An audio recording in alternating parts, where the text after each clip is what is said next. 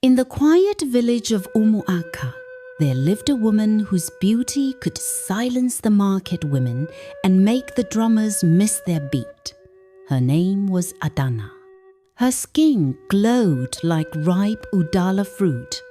Her smile was warm as the evening fire, and her eyes carried the softness of early morning rain.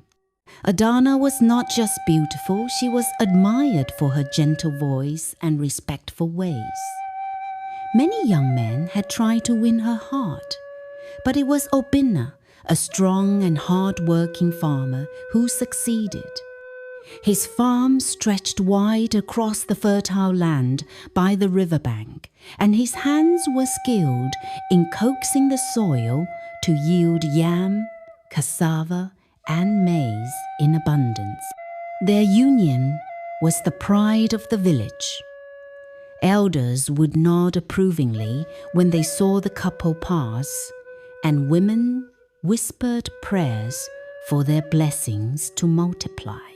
Soon, the sound of a baby's cry filled their home. A son they named Ikenna, meaning strength of the father. But joy, like the early morning mist, sometimes fades too quickly. Only 2 months after Ikenna's birth, tragedy struck. One bright morning, Obinna took his cutlass and set off to the farm. The sun was still rising when fate's cruel hand reached for him. Deep in the thick grass, a snake, its scales glistening, its tongue flickering like a cursed spirit, struck him. The venom was swift, the pain unbearable. By the time fellow farmers carried him home, his breath was fading. Before the day ended, Obinna's eyes closed forever, leaving Adana a widow and Ikenna fatherless. The village mourned. Drums were silent for days. Adana, clothed in mourning wrappers, cried until her voice grew hoarse. Nights felt endless, days were heavy with sorrow. Months passed. Though the pain still clung to her like a stubborn shadow, life in Umuaka moved on. One man, Ebuka, began to take notice of her. He was not as strong as Obinna had been, but his tongue was sweet and his visits frequent. He came first with kind words, then with small gifts, smoked fish, palm oil, a calabash of fresh palm wine. And so, whispers began in the village. Ebuka has set his eyes on Adana. Ebuka's visits became like the early morning dew, constant and familiar. He spoke gently, always finding words to soothe Adana's wounded heart. Some said he came out of pity, others believed his heart truly desired her. Whatever the truth, his presence in the compound of a widow stirred many tongues in Umuaka. One quiet evening, as the orange sun dipped behind the hills, Ebuka spoke the words that would change everything. "Adana," he began, his eyes fixed on hers. "Life is too short to live in sorrow. Let me be the man to protect you, to bring laughter back to your days. Marry me." The words fell heavy in the air. It had not yet been a year since Obinna's death. The grave was still fresh in the earth, the memories still raw in the hearts of the villagers. But Adana was still young, her beauty still bloomed, and her heart longed for the comfort of a man's arms once more. She thought of the endless nights alone, the whispers of her friends urging her to move on, the fear of growing old without companionship. And so, without much hesitation, she said yes. The marriage was swift, no long courtship, no time for the elders to debate. In a matter of days, she became Ebuka's wife. But in her eagerness for a new life, Adana made a decision that would cast a long shadow over the years to come. She left her little son, Ikenna, in the care of her aged mother. The boy was still tender, barely weaned, still reaching out for the warmth of his mother's embrace in the cold of night. He cried often, his small voice calling for Mama. But the one who carried him in her womb was now far away in another man's house. The villagers shook their heads. Some pitied her, others judged her. But none could deny that a mother's absence leaves a wound in a child's heart that no gift can heal. They whispered a proverb that night. When the hen leaves her chick for another's nest, the hawk begins to circle. In the small mud house at the edge of Umuaka, little Ikenna grew under the weary care of his grandmother. His legs were thin, his eyes sometimes dull from hunger, and his laughter was rare. Unlike other children in the village, who clung to their mother's wrappers and drank deeply from the breast, Ikenna was weaned too early. He fed on watery pap and whatever the old woman could spare from her farm harvest. Sometimes he would watch other children being cuddled by their mothers, and his eyes would fill with questions too heavy for his young mind to carry. His grandmother did her best, but her strength was failing, her hands calloused from years of farming. Far away, in the city, Adana lived in a different world. She and her new husband Ebuka were like a pair of parrots in a golden cage, always seen together, always laughing. The pain of her first husband's death had faded from her heart like morning dew under the Sunday 10. She never asked about Ikenna, never sent food or clothing, never wondered if he had fallen ill or gone to bed hungry. To her, it was as though the boy had never existed. A few months into her new marriage, news spread through the city and trickled down to the village Adana was pregnant. The announcement came with celebration in her new home. Ebuka, whose chest swelled with pride, boasted to his friends, "Soon I will have a son to carry my name," he declared, his laughter ringing loud. Ebuka's fortunes were also rising like the morning Sunday. He owned one of the largest companies in the city warehouses, filled with goods, trucks that carried his name painted boldly on their sides. Money flowed like the river in rainy season.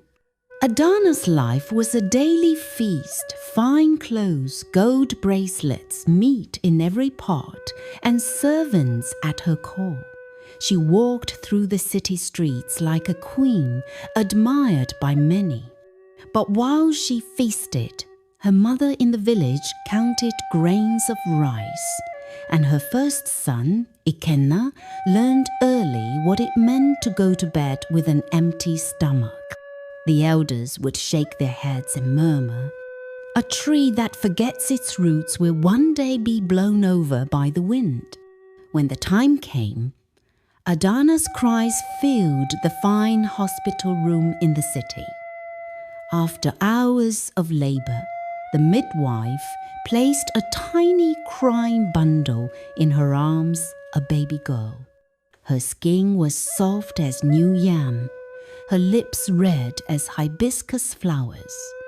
Ebuka smiled, but deep in his heart, he felt a shadow of disappointment. He had prayed, dreamed, and even boasted that his first child with Adana would be a boy, an heir to carry his name and inherit his wealth. But though the child was a girl, he hid his feelings behind laughter and gave her the name Chimamanda, meaning, "My God will not fail me." News of the birth reached Umuaka. Adana's mother rejoiced quietly, whispering prayers for her daughter and new grandchild. But little Ikenna, now a growing boy, did not fully understand what was happening. He only knew that somewhere, far away, the woman who gave him life had another child, one who, unlike him, would grow in comfort and love. In the village, children of Ikenna's age were already attending the small public school. Every morning, they marched past his grandmother's hut in their blue uniforms, books in their hands, laughter in their voices. But Ikenna sat on a wooden stool, watching them go. His grandmother could not afford the school uniform, nor could she buy him even a single writing slate. The boy's eyes would follow the children until they disappeared down the road. He would sigh, pick up a stick, and draw shapes in the sand, wishing he too could join them. Many times, the old woman sent word to Adana in the city, begging for help. Even if you cannot send much, she told the messenger, send enough to buy him a uniform. He's your son, he must not be left behind. But Adana never replied. She did not send a single coin. In the city, her days were filled with the soft comfort of silk wrappers, the taste of sweet wine, and the warm laughter of her husband. The struggles of the village felt like another lifetime to her, one she did not wish to remember. Time moved on. 2 years later, Adana's belly swelled once more. This time, Ebuka was full of hope. This child will be my son, he told everyone who cared to listen. My heir will soon be here. The drums in their compound beat louder. Gifts from friends poured in. Adana glowed with pride, unaware that in the village, her firstborn was growing in silence, carrying a womb that no eyes could see. The elders, shaking their heads, repeated the saying, "The river that forgets its source will one day dry up under the Sunday." When the cries of labor echoed once again in Ebuka's grand city home, hope filled the air. Ebuka had told anyone who would listen that, this time, the gods would bless him with a son his heir, the one to bear his name with pride. But when the midwife placed the newborn in his arms, it was another girl. The joy that should have filled the room hung heavy and cold. Ebuka's smile faltered. His voice was quieter when he named her Olubube, meaning the work of God. Adana, though she held the child close, felt shame creep into her heart. She remembered all the boasts her husband had made, the way he had paraded her pregnancy before friends and family. Now she felt she had failed him. Ebuka, though he tried to hide it, grew distant. The warmth in his voice cooled, and his laughter became rare. Far away in Umuaka, Adana's mother, old, frail, and forgotten, had fallen sick. Her body weakened by years of hard labor, her health began to fail quickly. Messages were sent to Adana in the city, begging her to help. She sent only a small sum of money, barely enough to buy a few medicines, and did not come herself. Her son, Ikenna, now a tall teenage boy, became his grandmother's only strength. He fetched water from the stream, worked on the small farm, and sat by her side at night, fanning her to ease her breathing. But each day, her strength faded like smoke in the Harmattan wind. Then, one evening, after a long day in the fields, Ikenna returned to find the hut silent. too silent. He called out, but there was no answer. Stepping inside, he saw his grandmother lying still on her bed, her eyes closed forever. He dropped his hoe and cried out until the whole village heard. The only person who had ever cared for him, the only family he truly knew, was gone. News of her death traveled quickly, even to the city. Adana came for the burial, arriving in a fine car with Ebuka and their 2 daughters. She wore expensive wrappers, gold on her wrists, but her eyes held no warmth for Ikenna. Even at the funeral, she avoided him, speaking to others as though he were a stranger. After the burial, as people prepared to leave, some elders and women of the village pleaded with Adana, "Take your son with you. He is your blood. He has no one now." But Adana shook her head. "I don't want disturbance in my home," she said coldly. And just like that, she climbed into the car with her husband and children, leaving Ikenna alone in the crumbling hut his grandmother had left behind. Back in the city, whispers began to spread. Ebuka was looking for another wife. The reason was clear. Adana had failed to give him the son he so desired. One afternoon in the village, Ikenna was walking home from the farm when he heard a familiar voice call his name. Turning, he saw an older man, strong but grey-haired. The man's eyes widened in recognition. It was Okafor, his late father's childhood friend, now living in the city.